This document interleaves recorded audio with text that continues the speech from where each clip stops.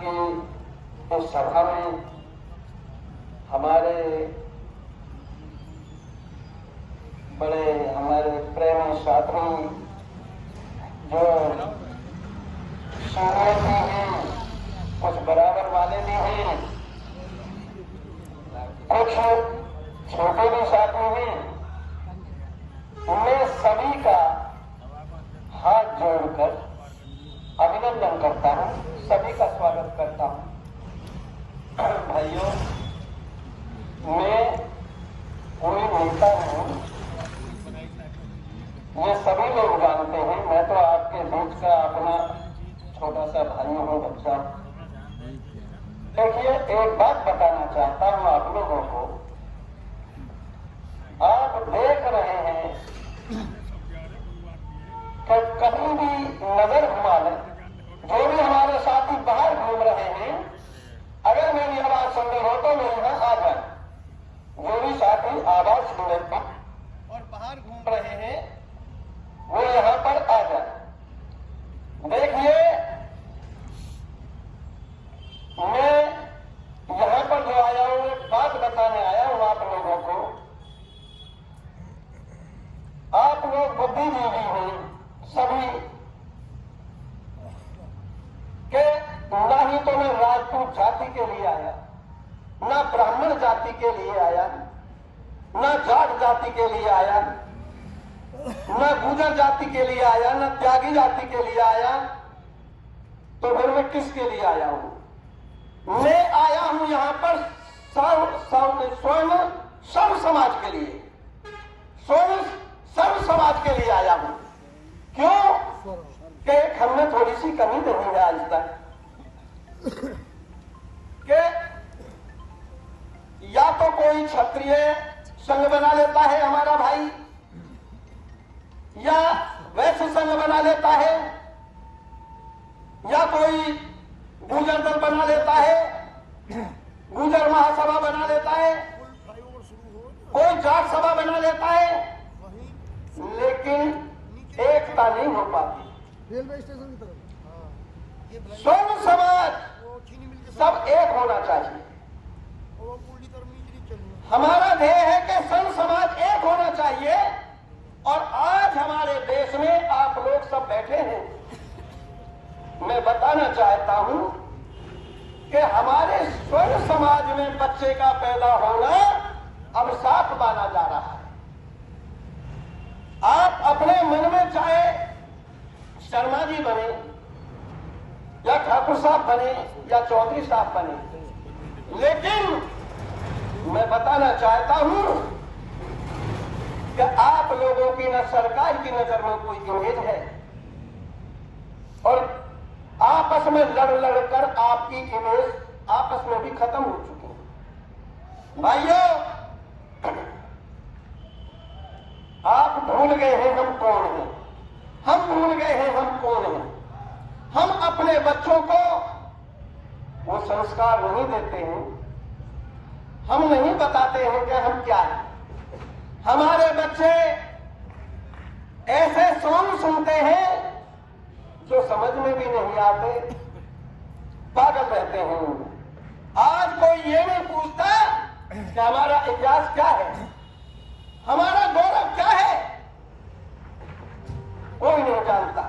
अगर पूछने लगो आप राम के विषय में तो गोल होगा मामला, चाहे वो एमएससी हो, या बीएससी हो, या एमकॉम हो, या इंजीनियर हो, उसको अपने इतिहास की कोई जानकारी नहीं है।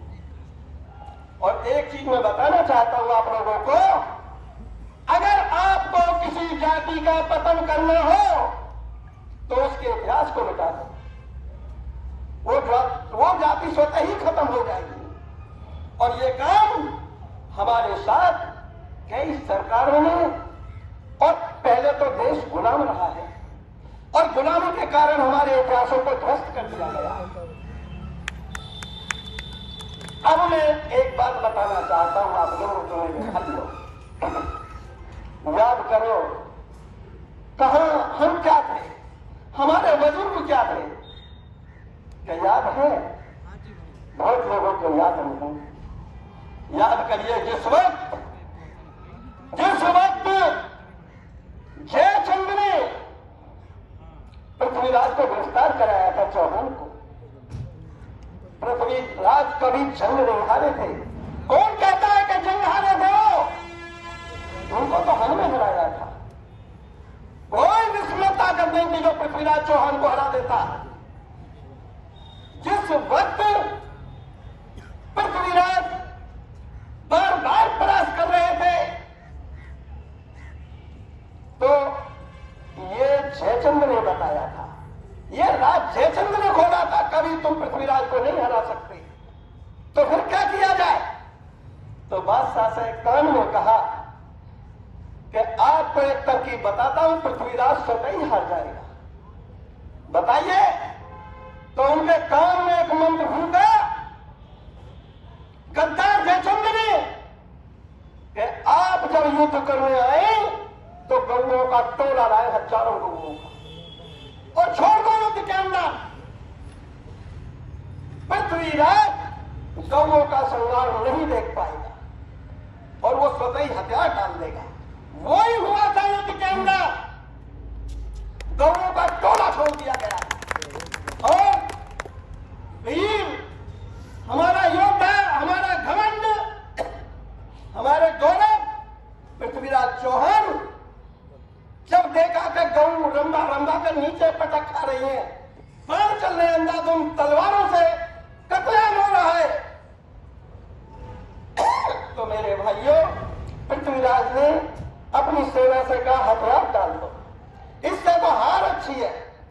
और पृथ्वीराज को मोहम्मद गौरी ने गिरफ्तार कर लिया और जब उसे लेकर गया वहां, तो उस वीर योद्धा की आंखों में शीशा डलवा दिया, आंख फोड़ दी, अंधा कर दिया, बंदी गृह में डाल दिया। मैंने जरा सोचिए कैसे हमारे बुजुर्ग थे और आज हम क्या बन गए हैं। और सुनिए, चंद्रवरदाई बहुत प्रिय पंडित, प्रकांडी पंडित, जो दरबार में विद्वान था, पृथ्वीराज चौहान के दरबार की शोभा थी। जब ये पता लगा कि शीशा डाल दिया, पृथ्वीराज को बंदी गृह में डाल रखा है, तो रहा नहीं गया। वो सच्ची मित्रता थी, वो लगाव थे सच्चे। चंद्रवरदाई ने तुरंत ही वहीं को पूछ कर दिया और वहां पहुंच गया और जाके कहने लगा बंदी गृह पर जाकर कि भाई मुझे पृथ्वीराज चौहान से मिलना है। एकदम काम खड़े हो गए, सर कि तू कौन है?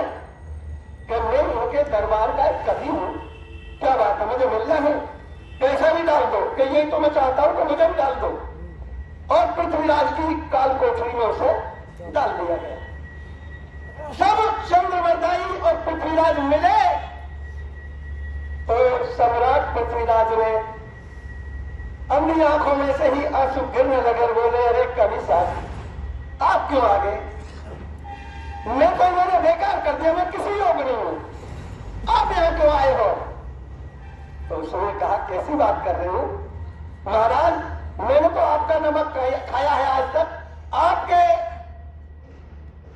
राज्य में मैंने सम्मान पाया है, मैं कब उतारूंगा इसे? और कौन कहता है आप कुछ करने योग्य नहीं हो? देखिए आप सब कुछ करेंगे और यही करेंगे।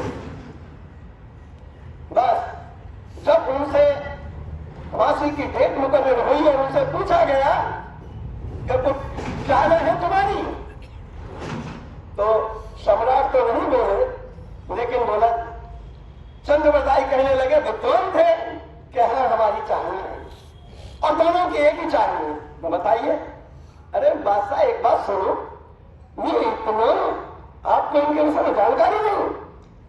ये शब्द वेदी बाण चलाते हैं, कम से कम फांसी तो दोगे ही दोगे, लेकिन फांसी से पहले हमारी इच्छा है कि हम उस बाण विद्या को दिखाएं आपको।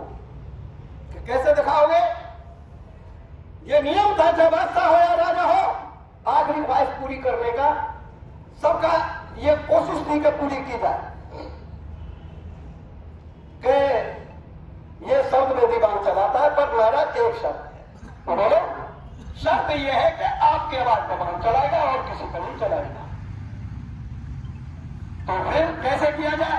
कल लोहे का ऊंची इमारत पर लोहे का पुतला बनवा के रखवा लीजिए।